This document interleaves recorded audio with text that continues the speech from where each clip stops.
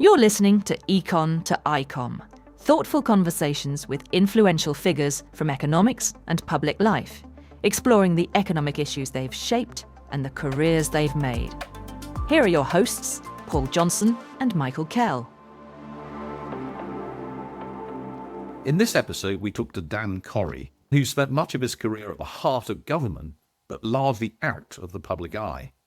He worked as an economist in the civil service, then moved into politics, advising Labour through opposition and into government before chairing the Council of Economic Advisers at the Treasury. From there, he moved into the charity sector, where he led new Philanthropy Capital, focusing on how third sector organisations can have more impact with limited resources. What's striking about Dan's career is the extent of his influence without a public profile. He was closely involved in shaping policy over a long period, including work on the minimum wage and during the financial crisis, but in roles where success often meant someone else announcing your ideas. In our conversation, we explore how policy actually gets made, both by opposition parties and in government. Dan talks about the realities of working inside the system, the constraints, the trade-offs, and the sometimes messy relationship between economic analysis and political decision-making. We also talk about what it takes to build influence over time, whether that's in government or in the third sector, and why, in Dan's view, being constructive, collaborative, and not too focused on recognition turns out to matter more than anything else. This is a conversation about economics in practice. And about how influence works, both inside and outside government. This is Econ to ICON. Dan Corry, welcome to the podcast. Thank you, great to be here. So I thought we might start at the beginning, Dan. Tell us maybe a bit about your upbringing and kind of maybe what sort of kid you were. I was quite a shy kid, actually, when I was young and at primary school and all that kind of thing. We actually lived in America for a year. My dad he wasn't a professor then, but he was I think he was a professor in America of economics. And we went to Berkeley. He's taught in Berkeley for a year. So when I was about 6 or 7, which was interesting. Berkeley was kind of an interesting place at that time. Anyway, then back to England and primary school and then off to secondary school. I think, like a lot of people, I didn't kind of find my tribe at school till I was about 13 or 14 and all that kind of thing. So, yeah, I was quite serious. I played a lot of football. I still do a bit, actually, play a bit of football, music, all those kind of things. And I grew up in my family were, as things went, quite political. I think we were usually the only place in Richmond upon Thames, certainly in the Barnes area, very nice. A nice place to grow up that had a Labour poster. Everybody, it was all a bit pointless because it got a few thousand votes. But yeah, so that was the kind of milieu that I sort of grew up in. What did you want to be when you were a kid? What did you want to be when you were grown up? I was always interested in, I guess, policy and politics at school. I'd get a bit involved in those sort of things. I was probably a bit stroppy with some of the teachers and that sort of thing. I went to Oxford to do PPE. I thought I'd do politics and philosophy. That's what I intended to do. But I ended up doing mostly economics. In the end, much as I enjoyed studying philosophy, I found it a bit tricky when I wasn't at university to wonder why we were having a great discussion about whether the chair was in the room and stuff like that, sort of logic. So it slowly went to more economics. And I was always interested in policy one way or the other. So going into government economic service was a kind of, how could you be an economist but get involved in policy? So kind of I guess that's what I always wanted to do, and I did do it. I was being lucky. And the government economic service, Dan, back then it would have been an awful lot smaller than it is now. But for listeners to the programme, just tell us a little bit about what it is, what it was, what sort of thing you ended up doing in the first few years there. Yeah, so the government had quite a lot of economists. I'm sure they have more now. And it was quite an interesting debate going on at the time as to whether the economists were, I think the argument was whether you're sort of on tap or on top. And so to some extent, you have the policy officials, and then they would have sort of advice from the economists, sort of from the side, as it were. And there was a lot of debate about whether that was sensible and whether the economists should be more integrated with the policy officials. I mean, it worked. It was a very interesting experiment. So my first job was at the Department of Employment, which in those days, if you like, it's sort of DWP kind of thing. But I was in a thing called the Employment Market Research Unit that a very talented guy called David Stanton ran. And here we put economists and sociologists together in that unit. And we gave advice on employment and minimum wage and all sorts of things. I mean, it was very interesting. Methodologically didn't quite work because the economists would have a go at the sociologists and say their evidence was basically just a bunch of anecdotes. And they would say, your evidence is just to get two sets of numbers and regress them against each other. And so we had more arguments, I think, about methodology than we got sort of greater dynamics out of being together.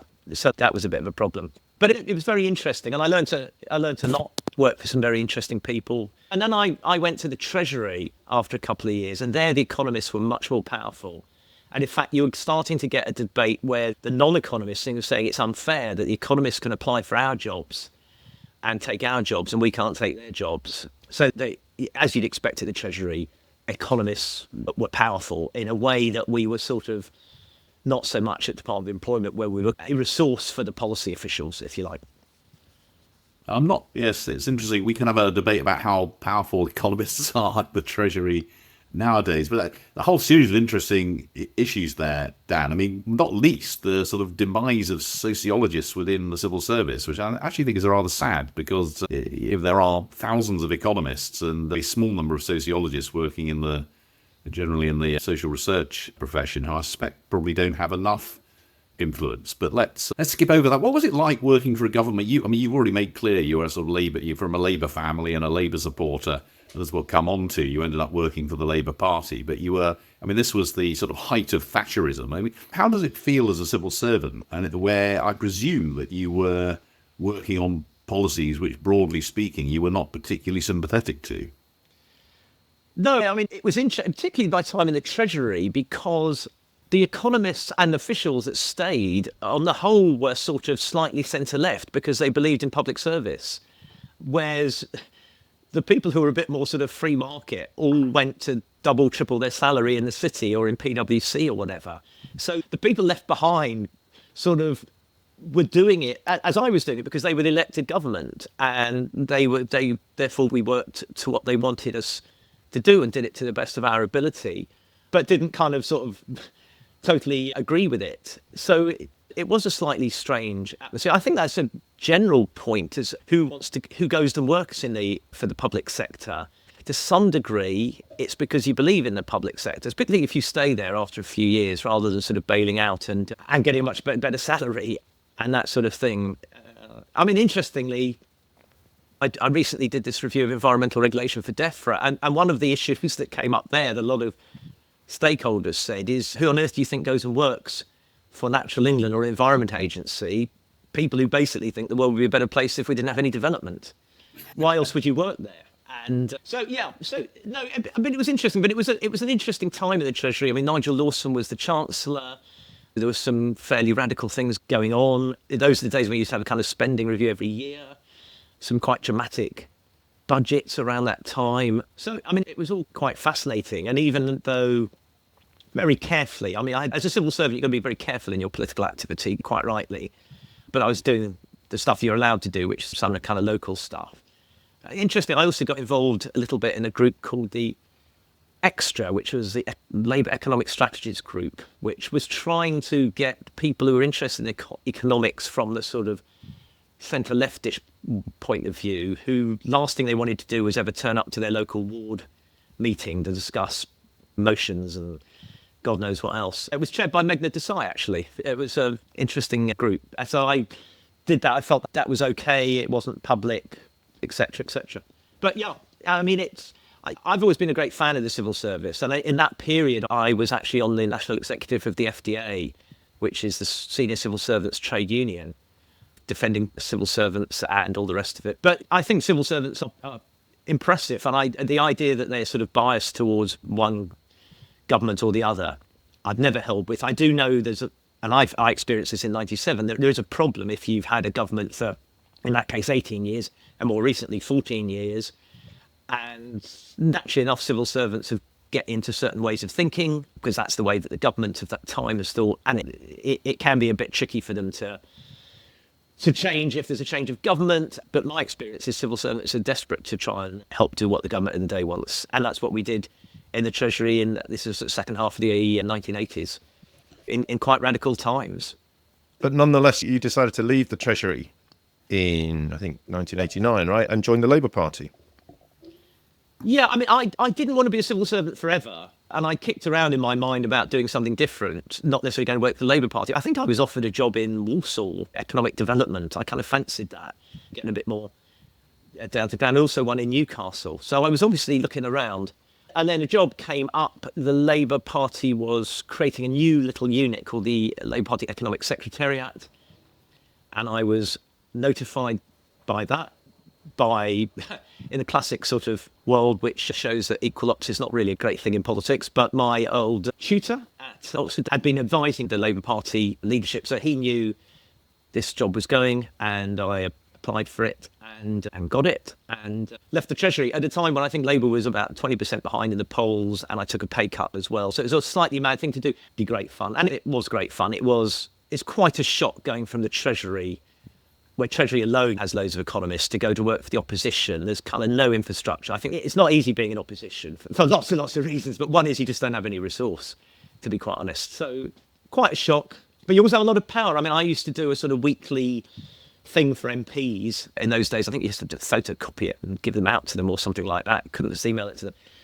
And you realise after a while that you could almost create policy just by what you said in that. Because there wasn't a great big bureaucracy to clear it. You didn't have to clear it across some cabinet subcommittee or anything like that. So though it, on the one hand, very starved of resource, on the other hand, you could have quite a lot of power and quite a lot of influence on the way policy started to develop. The most interesting and important thing, I guess, you did in that period, and we're looking now at sort of the period 1989 through to 1992. There was an election, of course, in 1992, which Labour, I mean, you said that they were a long way behind in the polls at the end of when you joined in 1989, but following the defenestration of Margaret Thatcher in 1990, there were genuine hopes of winning with, at that point, Neil Kinnock as leader and John Smith as Shadow Chancellor for Labour back in 1992. And you, I think, were part of the team that put together the then shadow budget. This was back in 1992. John Smith, as the Shadow Chancellor, wanted to sort of lay before the country what he would have done in a budget in the run-up to the 1992 election. And a series of tax changes were proposed there, which were broadly progressive, would have made a lot of people a little bit better off and a small number of people a fair bit worse off, largely as a result of changes to national insurance contributions, and we don't have to go into the details of all of that. But that's sort of gone down in history, in folklore, in sort of Labour folklore particularly, as an action which was really potentially lost the party that election. I think that people dispute whether that was the case. But that, I guess, was the first time when you must have felt really right at the centre of politics and history, and something that potentially made a big difference to the country. No, I think that's right, Paul. I mean, interestingly, the other thing I did when I came in straight from the Treasury was to work first with Gordon Brown, who was acting up for a bit because John Smith had his first heart attack, but he was the then Shadow Chief Sec, and then Margaret Beckett took over when he got the sort of DTI job. And in a sense, I had a very Treasury hat on, trying to make sure we were not making promises that could be costed. As resources allowed became the phrase that we used. So that was quite important. And Labour was moving away from, if you like, the, whatever people call it, the sort of the longest suicide note in history manifestos of the 80s, and was moving away from a lot of commitments to nationalisation and all the rest of it. So I was kind of involved in that. So that, I think, felt very important. But the shadow budget, it was fascinating. I'm still very proud of the fact that there were never any holes pointed at in the sort of maths of it, all the rest of it, put together by just a few of us with some help from some external people like John Hills and so on and LSE. But they never managed to say that the numbers were wrong or anything else. It was a question about the politics, really.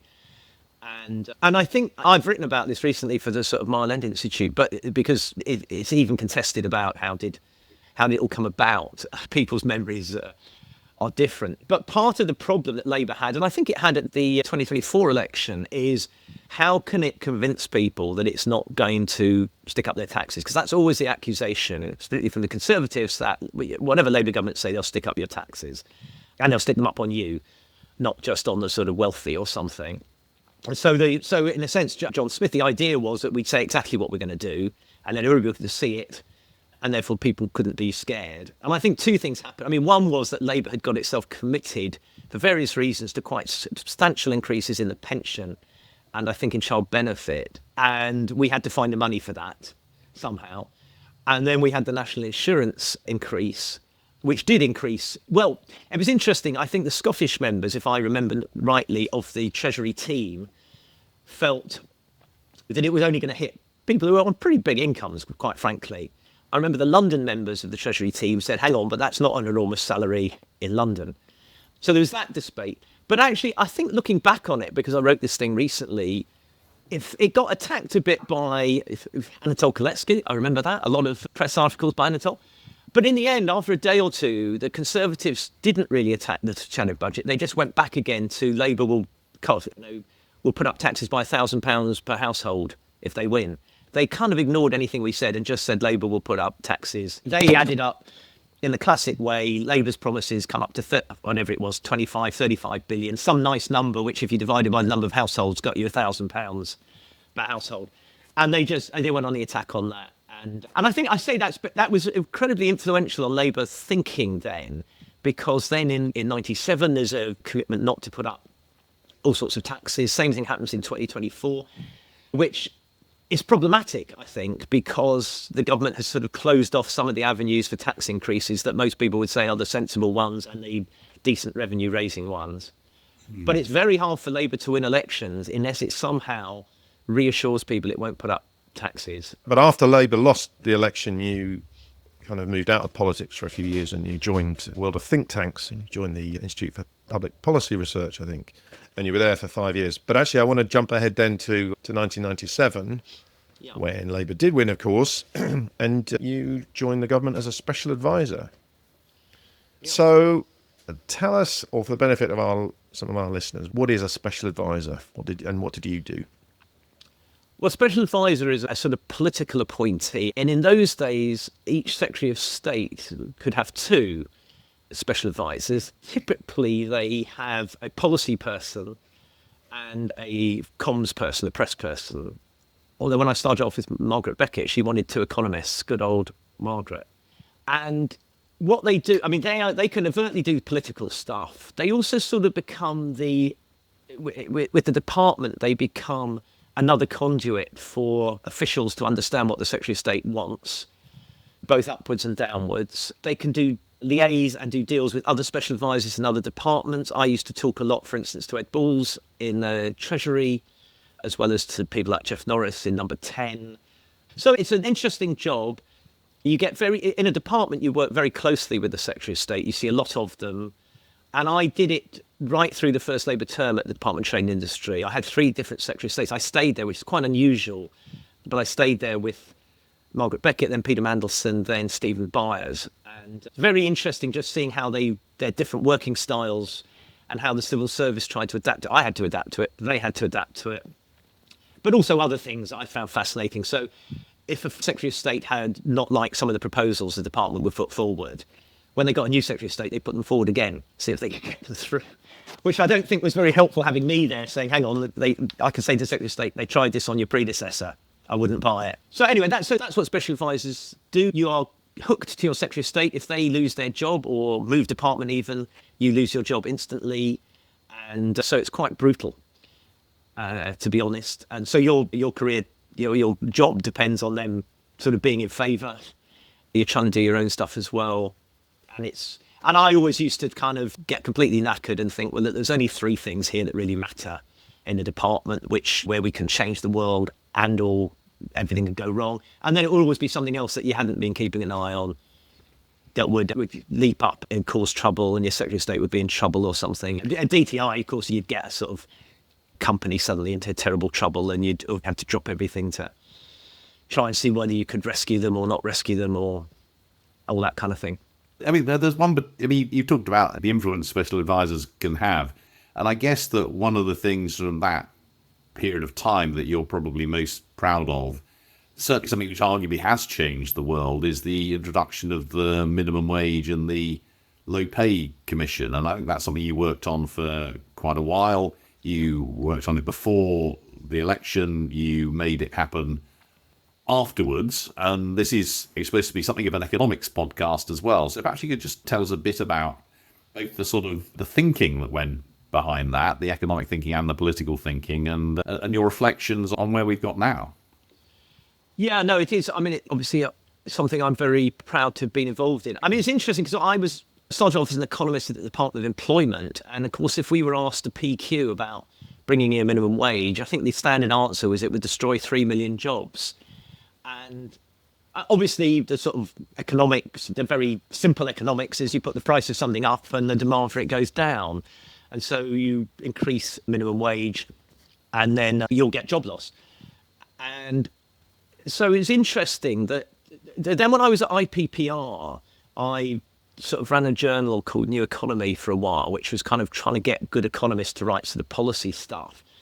And I featured quite a lot. It was starting to be the American literature. I think it was people like David Card and so on. And then it was being picked up by some of the sort of good labour market economists in the UK, Alan Manning, Steve Machin, Paul Gregg, people like that, which was starting to show that the minimum raising the minimum wage wouldn't necessarily destroy jobs. In fact, it could do exactly the opposite if you had sort of monopsony markets and so on.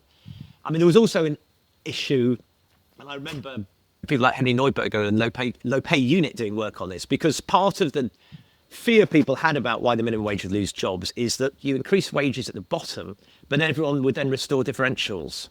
And so you'd get a much bigger pass-through than you think. So it was interesting. So the mood was changing amongst economists.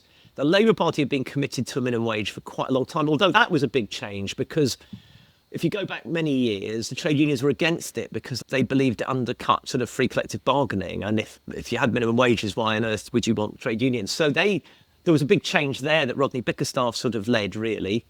So by the time we get near an election in 97, the Labour is committed and got committed to setting up a low pay commission, which was a sort of Ian McCartney, who was one of the best sort of junior ministers I ever worked with, and had done a lot of work on this. And so when we got into government, so the Department of Trade and Industry, we were responsible for sort of employment relations and the minimum wage.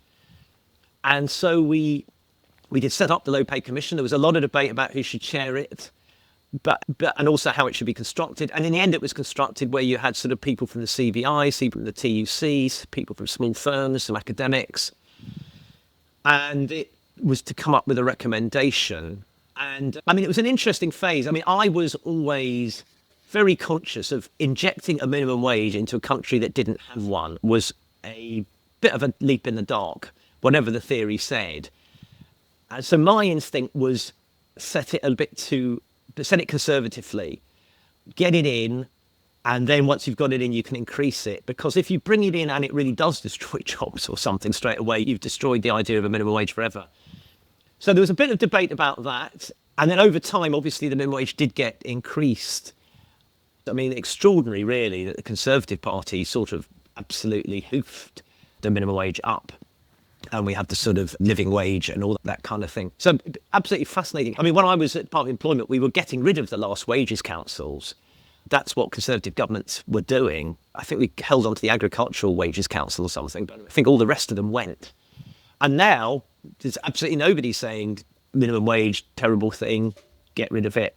I'm not even sure that, I don't know what the reform position on this is, but quite remarkable. And still the economics, because they do, the Low Pay Commission commissions a lot of work about whether, if it hasn't destroyed jobs, has it put up prices and all that kind of thing. And although it's all still remarkably pretty positive. So quite a fascinating thing. And it kind of showed that for a long period, sort of traditional economics had it wrong.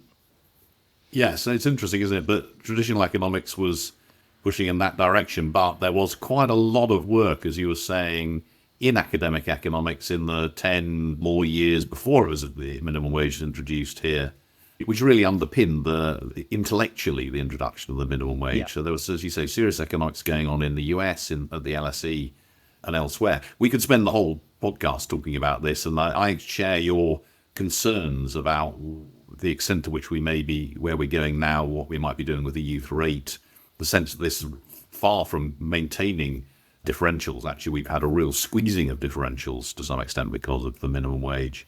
So all sorts of things there. But you did a lot of special advisor jobs over the next few years with a lot of different secretaries of state, and unfortunately we can't really talk about all of those. But in the late 2000s, you ended up as this very grand-sounding title as chair of the Council of Economic Advisors to the Treasury. Very grand title. Yes, and I genuinely did chair the Council of Economic Advisors, which was a bunch of people. They weren't all economists. They were all pretty talented and knew their stuff. And I took it over. It'd been going for some years, and it'd been chaired by various people, including Ed Miliband at one point. And I took it over partly for Ed wanted to do other things. That's why they asked me to come in there. The way Gordon ran things, the Council of Economic Advisors was very powerful. He never was a great one for loads of officials in a meeting and all the rest of it. So a lot fed through the special advisors. And they varied in what they did. Early on, there were some academics there. There were a bit less by the time I got there. And the Treasury had adapted to that. The Treasury is very good at adapting to the way chancellors want to work, I think. And actually, I mean, when I get involved in debates about how the Treasury should be organised or number 10 should be organised, I mean, there's also the theory that the Institute for Government and others will sort of say, theoretically, this is how it should run. And I've always added the sort of rider that you have to adapt to what the Chancellor or the Prime Minister is like and how they like working. And for Gordon, it certainly worked, having sort of a trusted bunch of people who could get out and do the stuff with the Treasury officials and with other departments and all the rest of it. And he felt sort of confident that what they were up to and all of that sort of stuff. And I'm not exactly sure how Alistair Darling did it when he took over, but I'm sure he went back to a far more traditional kind of Actually, approach. I was in the Treasury at the time, Dan, and I have to say it was somewhat disempowering for civil servants the way that Gordon ran things. And the Treasury wasn't quite as agile as it could have been, I think, in adapting to Alistair, because I think they got so used to working with Gordon that they tried to continue that with Alistair Darling. He was a much more traditional Secretary of State and Chancellor, and it took perhaps longer than it should have done to adapt, but of course adapt they did. Yeah, and I think it makes a difference that Alistair had run under departments, had got used to the way a department normally runs, which Gordon hadn't, George Osborne hadn't, Rachel Reeves hasn't. It's kind of interesting. Yeah. But you were at the centre of things when the financial crisis hit, of course. Yes, and obviously big shocks. I remember sort of party conference speeches just as banks were going down and all the rest of it. So there was a lot that went on then. I mean, there was a lot of banking stuff, which I'm an economist, not an expert in banking, so I didn't have a hell of a lot to offer. And we were lucky in a way, because Treasury was quite thin on sort of city knowledge and so on, but we had several ministers who were lords, Paul Miners and so on, who did know about the city. And Shruti Vadera, of course, who was had been one of Gordon's sort of special advisors and was now sort of running minister somewhere, can't remember where she was, cabinet office or business department or something, who did know stuff. So there was a lot of stuff going on banking. That was all very tense. There was a lot of Gordon going off to the G20 and rallying the troops and all the rest of it. And then there was how do we keep the British economy going? And that's kind of where I focused. And one of the things, it was an idea originally from Gordon to set up National Economic Council. And I remember myself and Jeremy Hayward were a bit dubious about this. Was it a distraction to create a new bit of machinery when we're all hands on deck? But actually, as we got it working, it was very powerful. So this was a kind of, I don't know, sort of making people feel it was kind of an emergency. So the National Economic Council would meet in the Cobra room, which made it all very exciting. There's screens up and all the rest of it. You're not allowed to take your phones in, all that kind of thing. It was co-chaired by the Chancellor and the Prime Minister. It had quite a lot of Secretary of States at it. And it gave a focus on, we've got to really move heart fast to do whatever we can for the economy. And I think it countered sort of departmental kind of slowness. So, for instance, immediately, what are we going to do about this, that, or the other. And it was no good a Secretary of State coming to the National Economic Council in the Cobra room saying, well, actually, we can't do that for 6 months because we're already carrying out this program. They had to sort of argue. They would want to say that, yes, I can do that. I'm going to change all my programs. So that was very powerful. There was a secretariat that was created, which was helpful as well and it was some Treasury people and others. Treasury never liked it. Nick McPherson didn't like it. I think it's on record saying all that, because it was a dilution of Treasury. Nick McPherson being the permanent secretary of the Treasury. Being the permanent sec. Yep. Who I worked with actually with sort of grade sevens together many years before. And then Jeremy Haywood, who was the cabinet secretary, he ran a perm secs group, very similar. I ran a sort of group of the special advisors from those departments. And for a while, it was very powerful, and it was making things happen. We were meeting, I think, twice a week. It was very powerful. After a while, which often happens, I don't know how long, I can't really remember, but Gordon's sort of interest slightly waned because there's a lot of other stuff to do. And civil service, I find, is very quick to work out when a prime minister has his focus has gone somewhere else. And so it diminished to some degree. But it was a very interesting institutional arrangement, which I think got copied a little bit by successive governments on national security and stuff like that.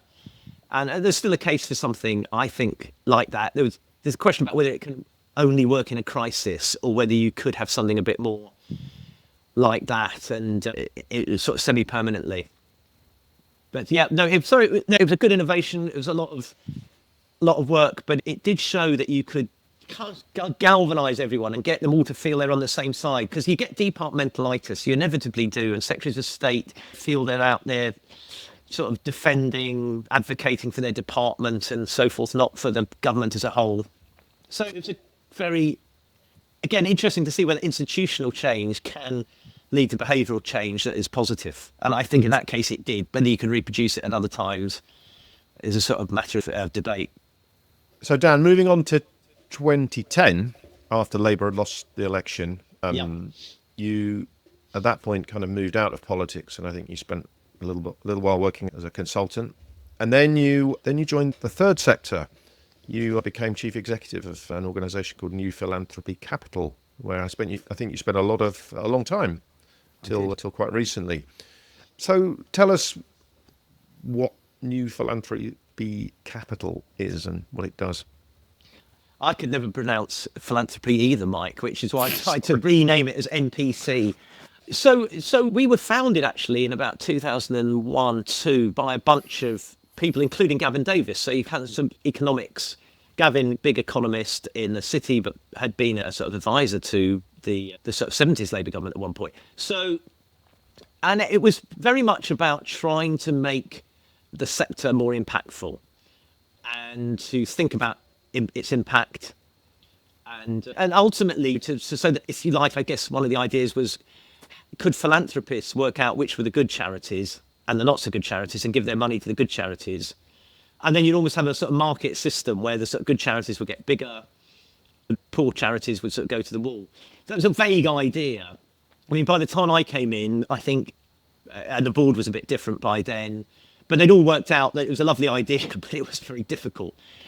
But what we were trying to do in New Philanthropy Capital, I mean, some of it we were trying to help people think about their strategy. There's a phrase that MPC really brought into the UK. It was a sort of American thing, theory of change, which is basically a strategy tool. So trying to get charities and philanthropists to think, what is it you're trying to achieve? What's your end goal? And what is it you do that you think leads to that goal?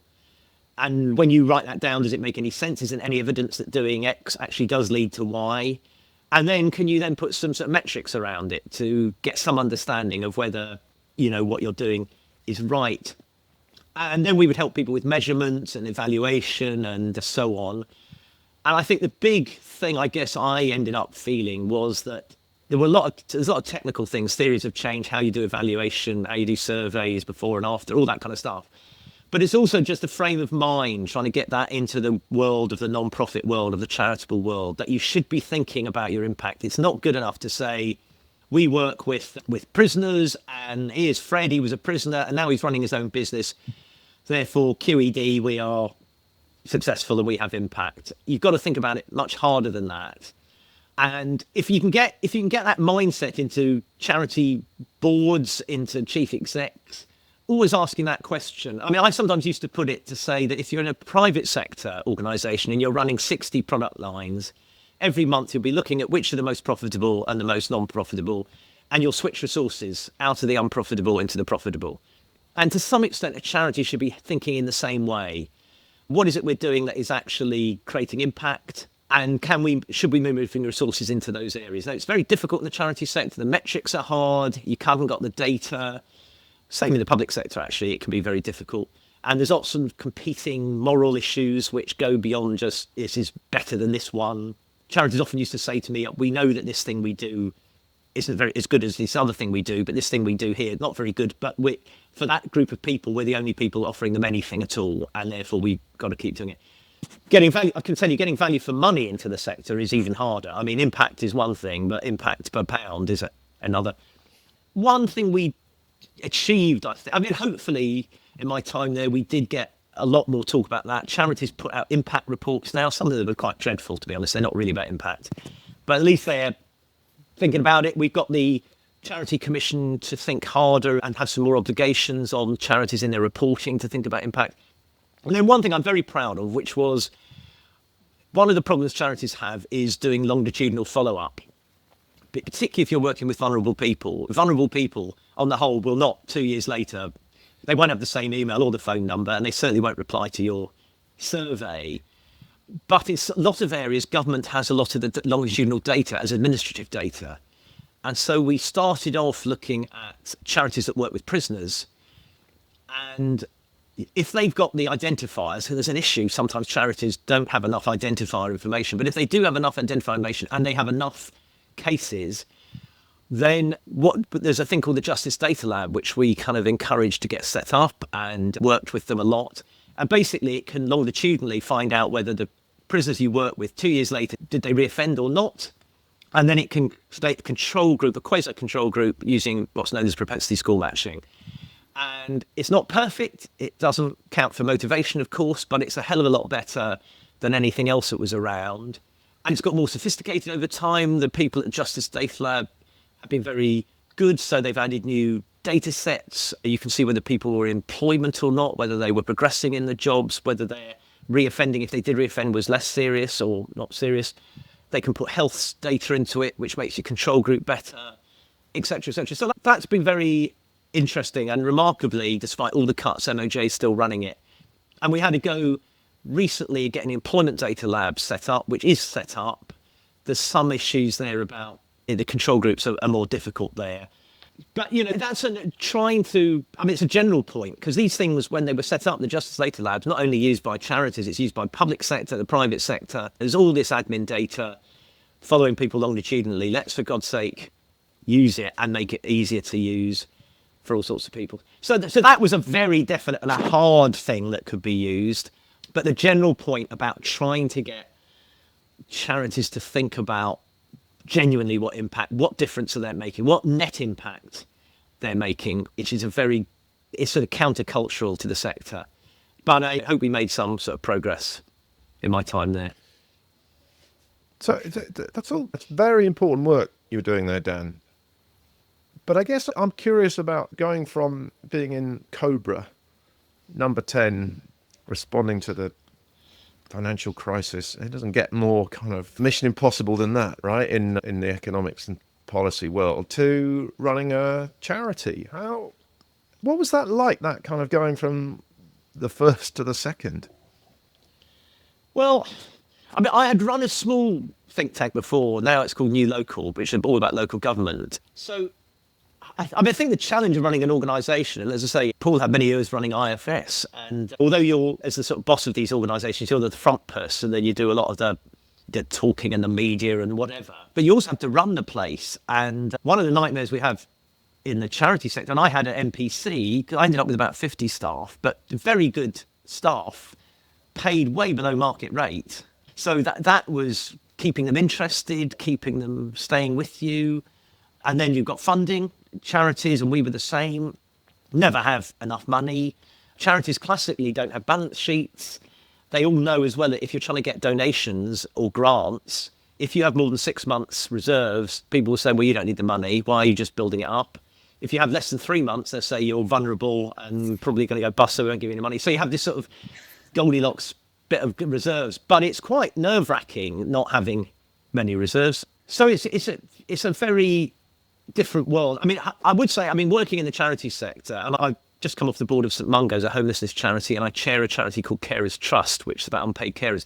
I mean, I am still pretty amazed and taken and about the amazing things that charities do with hardly any resource, living day by day, passionate about it. I can be sceptical and say, yeah, you're passionate and so, but do you actually really have an impact? But nevertheless, people doing this sort of day in, day out in their communities or whatever. And I found that pretty uplifting all the time I was working in that area.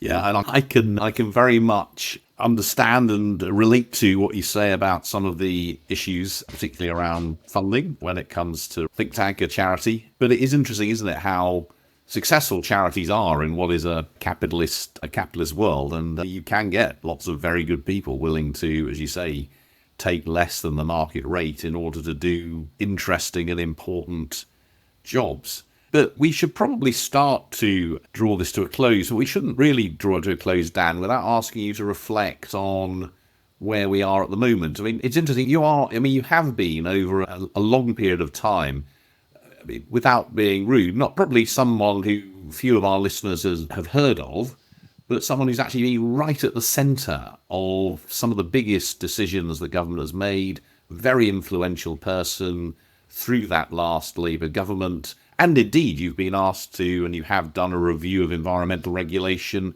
for this government. So you are still exercising influence, and that influence has come from your education as an economist and your time in the Government Economic Service, and then using that in the service of government.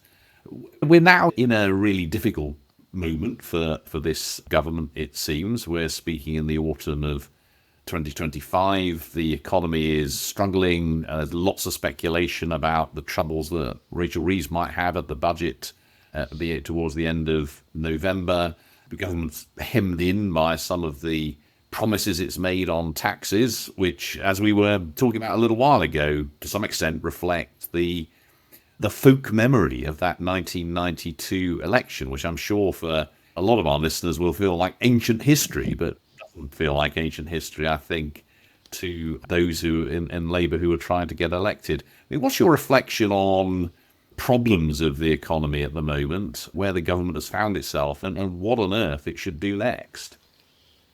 Yeah, no, I think it is very difficult times. And I think, in a way, it's sort of stepping right back, the move away from belief basically in open markets, competition, which the last Labour government, we toughened up competition policy pretty substantially.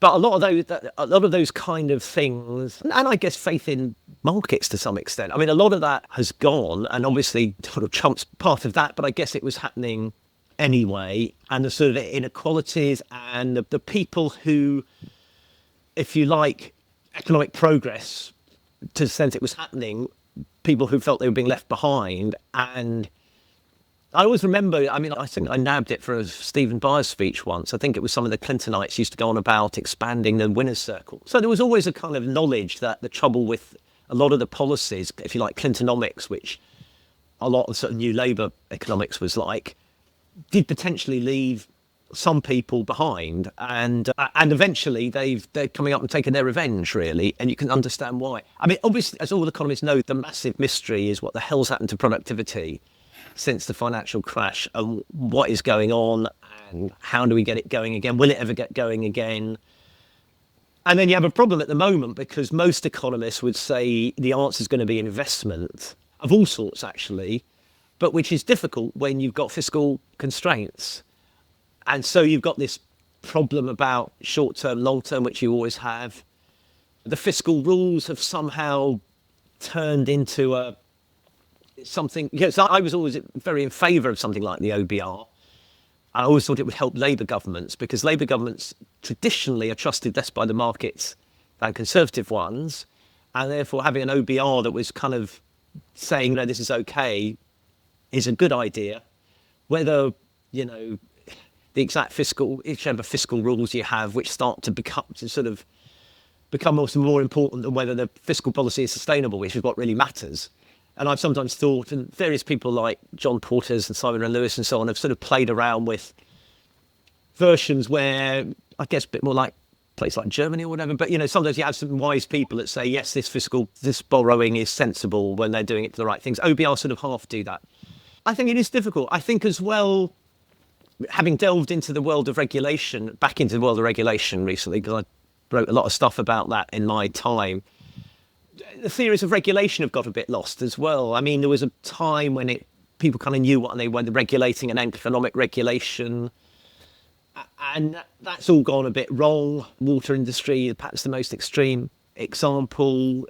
How do we get it right? What is the theory? So I think there's a lot of things up for grabs. Industrial policy, it's a bit more, we're back into a sort of slightly more interventionist world of industrial policy than we had in the past. But again, I'm not sure economic theory is helping us a great deal. I mean, I also find it's interesting when I was asked to do this environmental regulation review, I thought, well, I've kept in touch, but I've been out of that area for 10, 12 years of trying to what's changed. And I actually very helpful at LSE, someone there I know organised a sort of round table of some of the regulatory experts, and basically nothing had changed. They hadn't really. So I think it's a very difficult time for economic policy making. I don't envy them. And this budget, I mean, and they've got a political decisions in, I think, whether to say at this budget, you do quite a lot of tough stuff and just do it. And it won't be popular and so on. But if you get it done, you won't have to keep coming back to it budget after budget or OBR forecast after OBR forecast. That's a very difficult decision to make. And I suspect that's one of the debates that's going on at the moment. Dan, final question from me. It's actually more about you and your career. So as Paul said, you've had a very varied as well as highly influential career. So I would be interested if you could give us some thoughts on what are the sort of personal qualities that I think have been most helpful to you in sustaining this career. That's a nice question. I think trying to be positive, trying to be helpful. I mean, one of the great things, I think other people say this, certainly working with politicians, but almost anyone, if you're happy not to take the credit, you can be even more influential. I mean, sometimes it would drive you up the wall where you'd argue something and your boss or the Secretary of State or whoever it was would say, no, we're not going to do that. And then a few weeks later, they would announce it as though it was their idea. And you get a lot of progress like that and not worrying about it. So not trying to take credit, I think, is important if you want to be influential. Treating people of whatever grade they are and wherever you're working seriously. I mean, one thing I tried to do in all my special advisor jobs was to try and get below the sort of senior level civil service. Because civil service like to bring up a recommendation to the Secretary of State. Here is the recommendation. They might say there's 3 things, but we think this is the recommendation. And I often used to try and talk to some of the officials lower down to discover that there was a massive debate going on lower down. They didn't all agree. And I often used to say, most Secretary of State I work with are quite happy for you to come forward and say, you know what, we don't agree. These are our things. But also those officials like to talk to you and realise that you know that they exist. I think it helped that I'd been a civil servant, so I knew, particularly at Department of Employment, which is very hierarchical. You very rarely got to see the minister. You'd write the first draft of the submission. Someone one step above you would rewrite it. Someone above you would rewrite it. The whole thing was completely mad. And you just thought it was all completely stupid. And so I think all of that, but that's true in any job that I've done, just being as serious as St Mungo's, just caring as much about what the frontline workers are doing. Bloody hard job working with homeless people who have lots of different needs and so on, as you are with the chief exec. And I think being a decent human being gets you quite a long way.